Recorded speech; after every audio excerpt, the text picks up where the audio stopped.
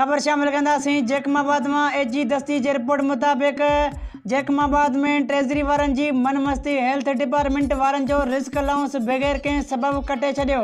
तफ़सील मूजिब सिविल अस्पताल जैकमाबाद में एक मीटिंग कोठाई वई, जंहिंमें फ़ैसिलो कयो वियो त ट्रेजरी में रिश्वत जो बाज़ार गरम। पैसा ॾियो, बिल पास करायो। उन्हनि एजेंटनि हर महकमे में मौजूद आहिनि। ग़रीब अवाम रोलड़े जो शिकार आहे।